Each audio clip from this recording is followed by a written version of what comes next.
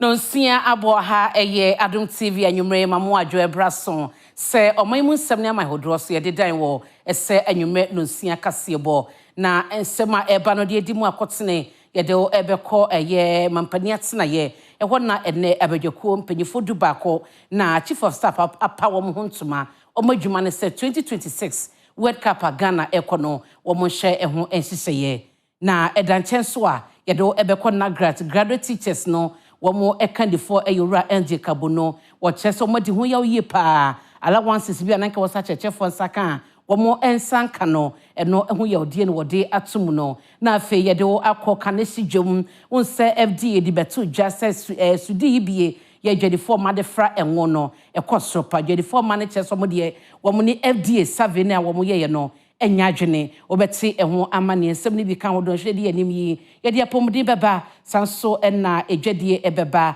na obi man so amane bo agokansie eno se de beka ho edin amegye so ene abena pokua renie mamo adwo mebasisia ye nsem na se wo chief of staff na tena ye na ene abedwako ye mpanyifo makomako dubako na wapa wo ho ntoma nyame yadoma afia ye besimu 2026 no Ghana Eco World Cup ni bi na ehun hyehyeye ne kwan ye fa so akọ ene mudwumade nyina bidwako yi ene behwe Ejokwe one more kan ho bi Ghana kane ball boni awagidin abedi ayu pele so afọhwe agodi ho nsam so Kofi Adams so afọhwe amanane nsam so Samuel Okudjeto Ablakwa ene chief of staff abedi ekira o mampani atraye standogbe so afọ abedi ekira risk kasem so Thomas Ampimnyako ena titre ni de ma Ghana ball boku Keto Kreku ene wona ekeka ho ebro ye dwumadi e de power abedwako yi ena chief of staff ya o mampani atraye Julius Debra e de ato enum se Ghana is going to be on the world stage performing for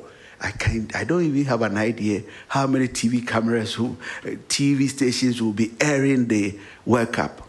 And so imagine in your mind's eye the fact that the Ghanaian jersey, the Black Star, how many times the name of the country will be mentioned throughout the tournament.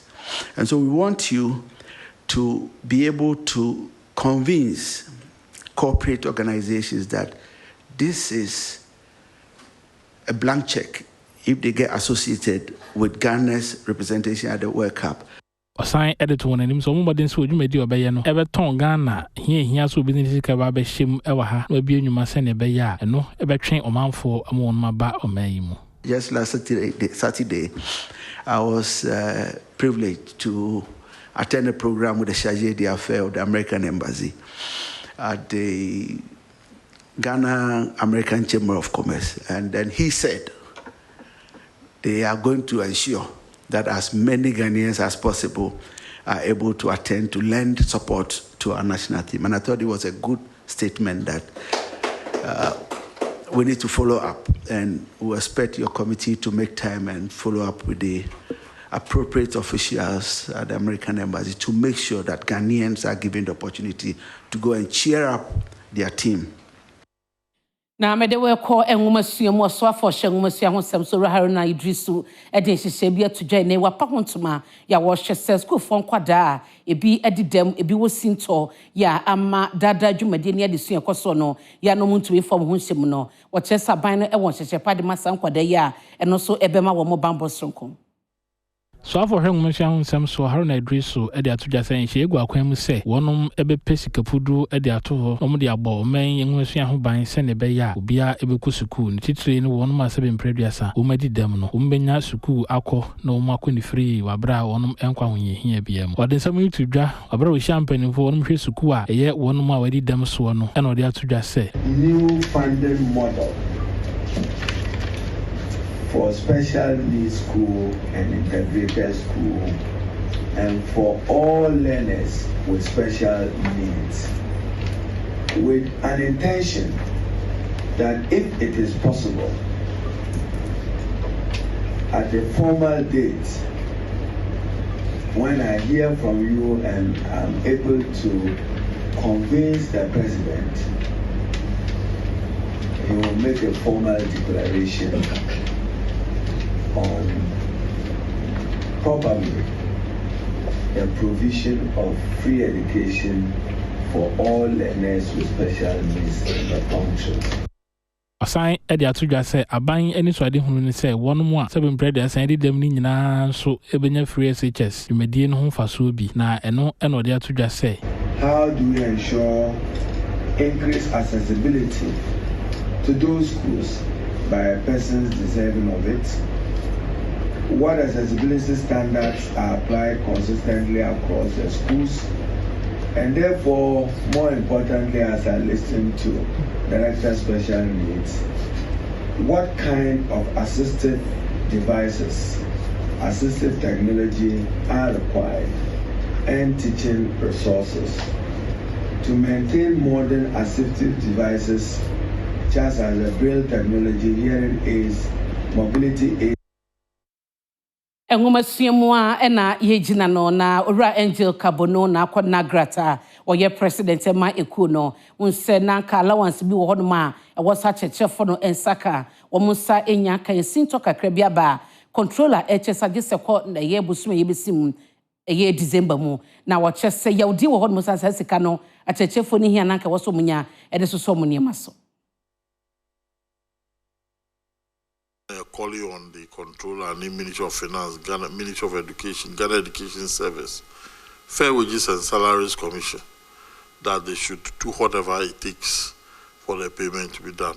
Luckily, so now controllers will indicate say, or Babetua December salaries. December salaries is scheduled to be paid on the 18th of December. So Babetua December salary, Ebeka. December salaries no. So and only as some I buy a hard teacher for discuss here no pay. So see a baby could doing ye hope say on the 18th of December no. Ye hope people because when the day your controller nature scan and on one case also the letter about say 18th of Betua. So be a plan be and be the plan be a says our plan of so. My 18th of December never na yahwese na yebekono. Sometimes so no you need mpanyin for ye juma sana ye na yakwakwa be say intermediary between the teachers and authorities that be. So it is what you tell us that we tell the people. Now, unse colleges of education ahodo ewo man yi mu na chechefo ni nyina na yi wo mo kyerese wo mo enkwadwuma wo matietua ni nyina ne se entiase apam aban no ne wo koye no aban no emfa ne famudie no enya adwuma na enam so masuafo bi a ewo training colleges ahodo ni mu no e dia de se to abayanim se mema eye se tuatie ense wo mo ngomasua ene dwuma wo mo edi aban hwe na wonye wo makoma so ade ma wo. A school for one more Our Lady of Apostles College of Education, Ola, yeah, no keep coast. Eddie at the dear air to a binding some more than sending when we are. Ubishia on a church for our more at your triano, not one Kumaswadiano, on your mount send a bay of a San Babachava debut. Now, one more chira, say our man is not a shaya one of my year, a woman so, a wad the same one, not a 20 JJ more, and as some couture.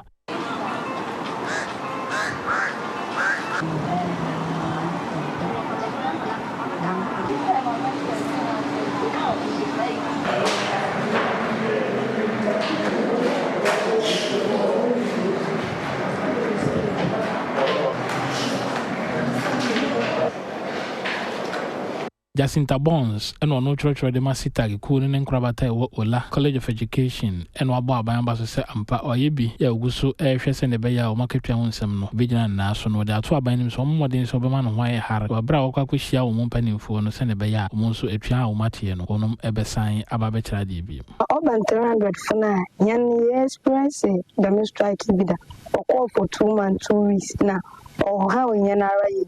Now 100 for about 2 weeks and also won't knew anything about since you have more couldn't and I also to one sanka books and you may be welcome or this year by since you are striking about no lectures or they say you're done another book was had.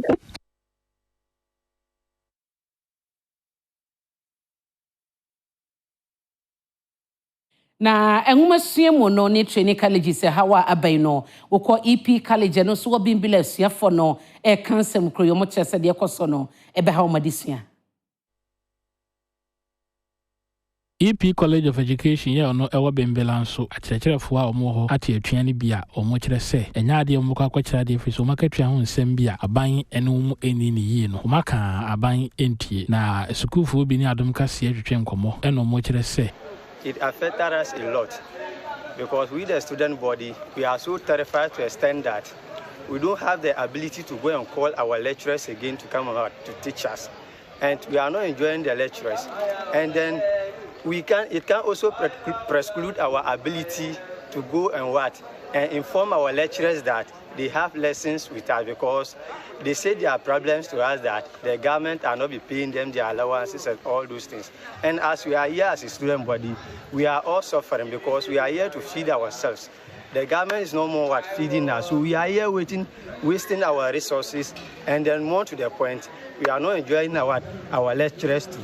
Openia ono eda sitag ko no ano ewo suku ho eye Adams Idrisu Baba enna ono so dia to dwase ade a ebemu mo asa akwa akwakira de biem eye asamba akope so mbete sa ban aye ade a mo hwe ni nyina ade ama wo no man tisa ade a ene wo no so enkoda biara da. Currently we are on strike and our members are not working, and it's just as a result of the government's lackadaisical attitude towards the arbitral award that was granted on the 2nd of May 2023.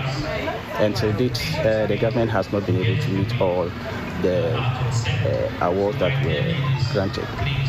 So we are thinking that this is the best way that we can make the government listen to our plight. We know it's going to affect the students, but this is the only option we are left with. It's left onto us. We'll find a way.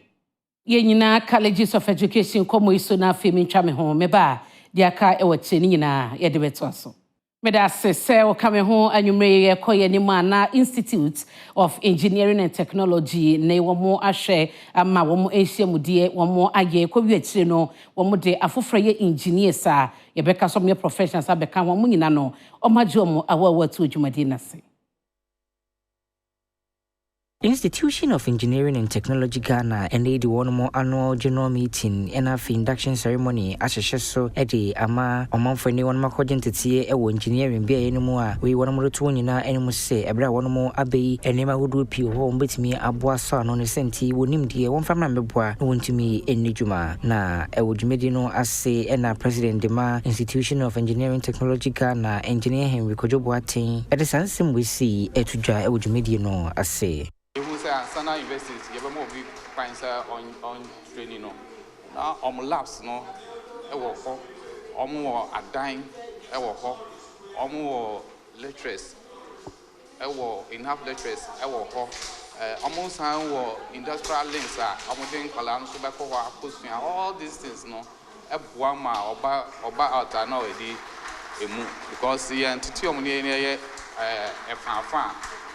Oh yes, I'm Baba that on mine. So you know, I had this idea. I did to invest his name.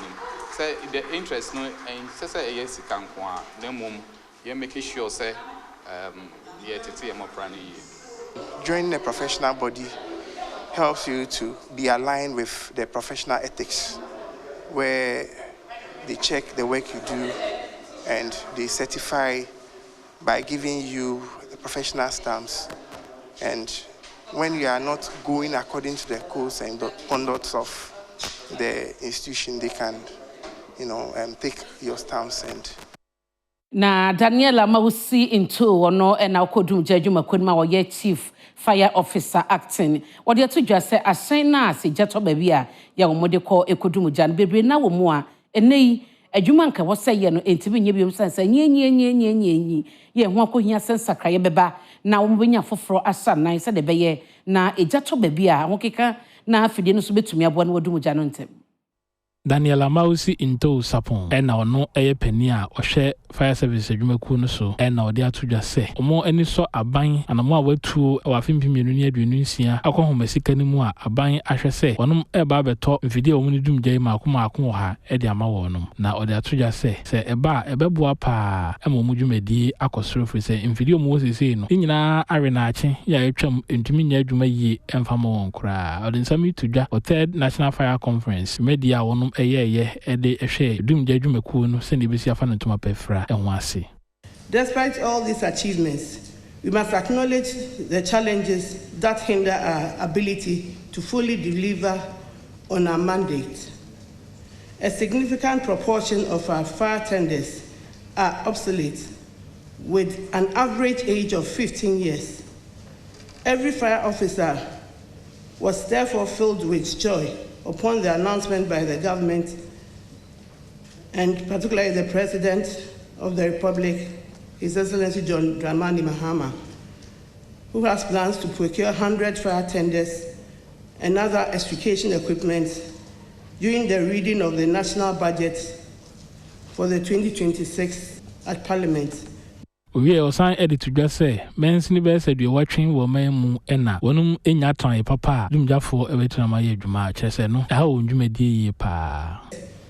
About 80 districts still lack fully and functional, compelling existing fire stations to cover large jurisdictions with limited capacity.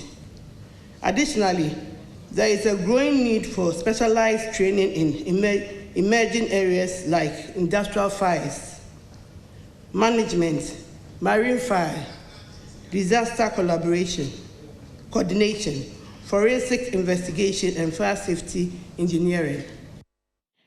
Odum judgment no more and sense 70 to a more juma and cosono, Ebenezer Ocletete Labi, a was offered with to share a fisem, or the two just abano etifudu futobia, and no by a bambo footwall, now what this Kaguma, a bebo dum judgment no, and na a jack candia umu ehiano, almost a cano intentem.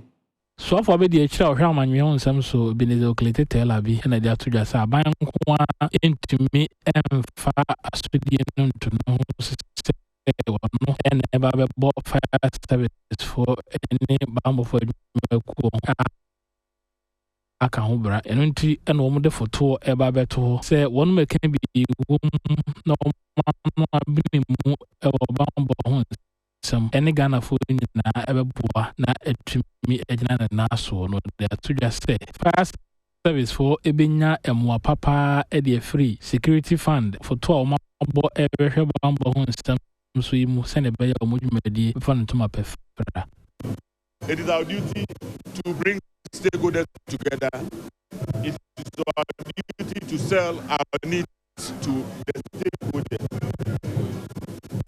so they can come on board, because we believe that government alone cannot do everything, and that is why we have such interaction with our people. We have set aside a fund to take a reliable source of funding. But as I said, that in itself alone cannot. And that's the reason why we need stakeholders to come on board to support. And then individuals take their own safety into their hands. Wasan ede kokobon sem ato Ghana fo nyina se epe ene eba besie no bia mo de se obehwe nija ho nsem yie mabon ho ban afrija hyehye eho. If you are leaving home, put off your gas cylinder. If you are at home, don't overload your sockets, because it can be a source, it can start, it can cause fire. So take care of all of this and be assured that the Ghana Fire Service will also be, and see, ye do echo a Jumana Canesi Jumana, ye conserve dear yen shemu be dia betuja, say a bano and woya ye dear and woko noa. A jadi for money be no na edi enro yesudi bi eframak a ye enino a ye ko na na chese mala mata dwom ko ane baby omko ya o mahunu sa a yesudi ni bi wo enwonim nti adom kase akoka ne si dwom ne adwade for mana kodi nkoma bisa se o mat report aba no na o muso musem mo chese mo ne report no enya adwen ye hwe se de ho mane bo ekoe. Let's go. Food and Drugs Authority e de abetu dwa se enwo a womanfo eton ewo dwom no sanwi womanfo e de Sudan die eye de womanfo ta friend say Sudan awo enwo no etube hu na nim no aye ko se ne womanfo ebeto womo kire a enya de papa kra se beboa womanfo apomuden kaneshi edwom ahanso no ema no e de ato Adom News nsentwofo anim se Sudan bia eni ngunim, it is a report say aba na che say FDA for epese wo mo egu onanwuma wo mo etimi eba ebeji eye enwi se womo ekoye mu nhwehwemu nanso womo kɔ a womo nsa ma emekire womo de wonwo nim nti womo de edwedie na womo gusu edi wo manfo gusu tonwo ne pa o da bi o sudi de me eda nam de ahyenwo pato sudi de enfa nhyenwo sudi ye mpaboa yemfa sudi nhyenwo kanesi ha de ye nya sa de no we original enwo to obi e penwo a omra obi e penwo a omra na ha ye de ye nya sa de no bi o fraud ni David ye de omo de mo bra ye de original me pacho ebi frikade ebi nso firi asaman nti enwo a ye de ton de no kalabia nim sudi bi nim e fine na ya di fo baha omo baha pa ye kosoro ho nyina mo ne ye kodi nkomo omo be fa ngon ko test omo si sudi wom omo boa dan kra ye ko me skra me ma me nsa so sudi ne ye fa nhyemgo enti omo ka ya ayaba ta adwuma ye de hwe ma ti mo ya sa pa ne yenso ye komete ade ye nye sa sudi no na atansen so omo to ne ka ho ye nye bi minim se bi wo ho dia me de minim enye no kware sa sudi na omo ka no sudi se ye de hyentoma be de ayenwo sudi ye de ye atare ana sentoma wotimi fa ayenwo na atansen so omo to no omo so ka ho obi ba the way ahun say that way color bi animo eso oba na oba be fepe na anima ye white na anima ye say enti so obi de bi hwe fra man de a me de minim me de ende me fa bi mfra medin e de prince owusu esiedo adom Edi ameso mejeso ene abena pokua we nie mame enyi enkratu ye bade aka no ye de beto aso mena se guso aka me ho anwumre apomode hu nkomo ena ye de eba no na mede wo ekọ asoye ya wo mo ehwe apomode ho ensem so se ye kasayi empanyifo e de atudwa ese wo mo de eniyema bi ekeka boma ne obroni beka se artificial intelligence eno mo de ebeye adwuma se de be na be kwa yaresabia yese ne empani ho obi na fom ne ade no eto betwa Future for Digital Countries, NRF, Africa Center for Digital Transformation. Aka wantuma buma wonomo ede on Africa Summit. Eba besheso ama enimdifo wonomo adwene abo be ewo abe fo kwan fa so ene manyina ba bihie mu won kramante mu hase ama wonomo ato adwene ti asema da so ene accelerating digital transformation in West Africa. There are about 7 critical use cases that we are currently working on. The first one is to see how we can further reduce the burden of maternal deaths using AI. We're also looking at how we can handle the big issue in Accra now and other health centers, other regional capitals. Aho and a chairman Dema Future of Digital Country Summit Tariq Shabaka and so editor just which is our mission is to have Africa relies on its own expertise. This is a truly Africa moment. Our gathering today is far more than a conference or an event. It's a clear message.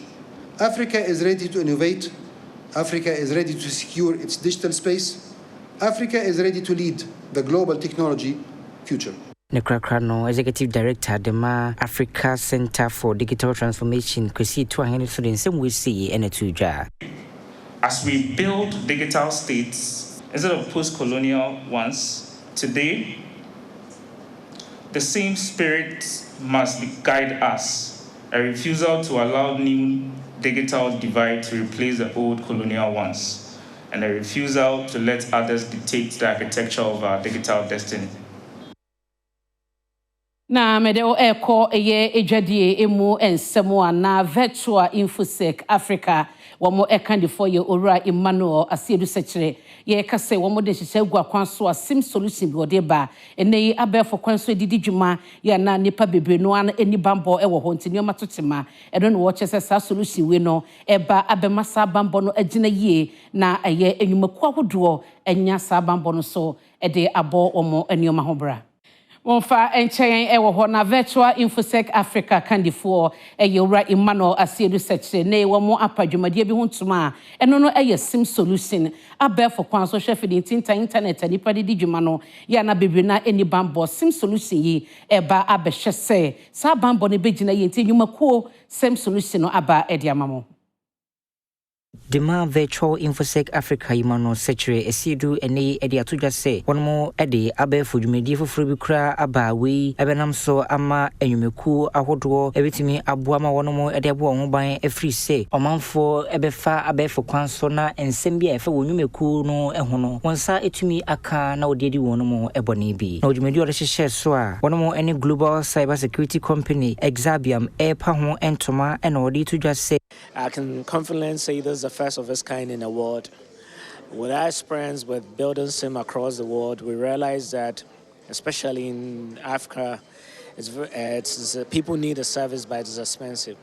So together with our partners, we designed this concept, how best we can deploy those solutions to them where they pay the subscription monthly instead of paying out from 12 months. It's never been done by any company in the world, so we're proud to have done this. And I believe that this is who we're going to save government so much money in terms of foreign reserves. To digitize the economy, we need to spend on infrastructure, software, and other services. Aho and a vice president and a general manager, the logarithm, and so edit to just say, at the Fufra one more Eddie Beno, one more Eshe die, and you may well may more a peso, and a one more Eddie in Tia, we ever boy one more ever conia singing so. We see a lot of opportunities here, and we have been working on designing like tailored solution that would fit the requirements for the Ghana market in terms of cybersecurity.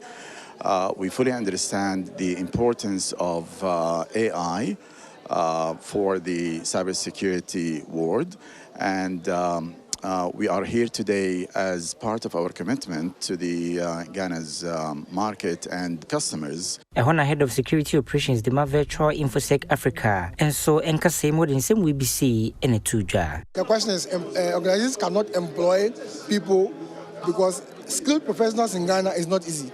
So what we did is, rather than employing people, let's get the people, invest in it, and use that, come to us just on a monthly basis. So yes, you are right.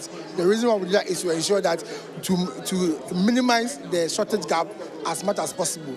Skill gap is a problem, costing is a problem, and damage is a problem. And one of the things that we say is that early detection saves lives. Yenyina sim solution komo iso na mentwa homeba eye agudie mu nsem etwaso. Emo akwa badum kase ebre ewiedu semede ya wokinsem ansa bro medina de nyameba Bernard Padibo CMV Parliament National Sema Ekoso onim say Chief of Staff Honorable Julius Debra Apa Koma Kudu Bakwa omwehwe sebeya the senior national soccer team the Blasters of Ghana World Cup ebobo him modi yepa and on there to just say the atwem no ye mani ntwem na the akawe onim no ye bo ho ban. Remind ourselves that the World Cup is not just about what happens over 90 minutes. It is about what we do with the 4 years leading up to it and 4 years that follow. The road to 2030 begins now. This oversight committee must lead with accountability, speed, and national consciousness. The time for scattered efforts is over. That's why we say we are resetting our country. We cannot afford to enter 2026 with the mindset of 2014 and 2010. Let us correct what must be corrected and amplify what can be built. Let us lead with clarity. Let us act with urgency. Now, maybe area no Ghana Premier League outstanding match ba quick came when and on we feel match day 3 and on a basake all stars Chikotoko ebone kam no more team back on a good no ebani we head coach Adema Kotoko Karim Zito Kabute area to just say match no ne omundi deserve so lose na chances na and almost say no. We should have won this game.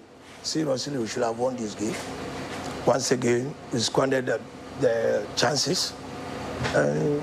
You took your chances. So, to me, we shouldn't have lost this game. But it's part of the game, so it is okay. The club, we all want to win the league. It's not only Kotoko. If the way you play here, the way you are playing every club, there wouldn't be last. So Kotoko, everybody wants to beat Kotoko. That is the magnetic of the issue. But we didn't play badly. We played good football, and we created chances. But putting the ball into the net was another, once again, the problem. Yes, and Abraham Mokwana Media working same no and Mr. Zarakasi and command another quest collection on non and any washer material kama semefa working same and some brom dinner dinya me Bernard Padibutri Arenia etwaso.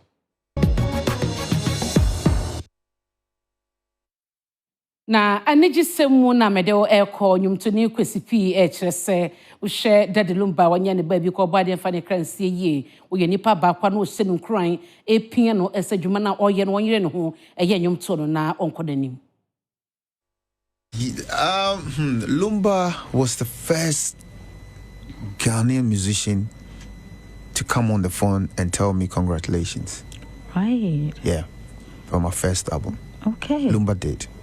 Lumba was like, because my friend was working with him at that time, and I called my friend, and then he said, "Oh, Daddy Crow, how?" And then he came on the phone and was like, "Brema, I had dear pa, nyamisha ate kosoa."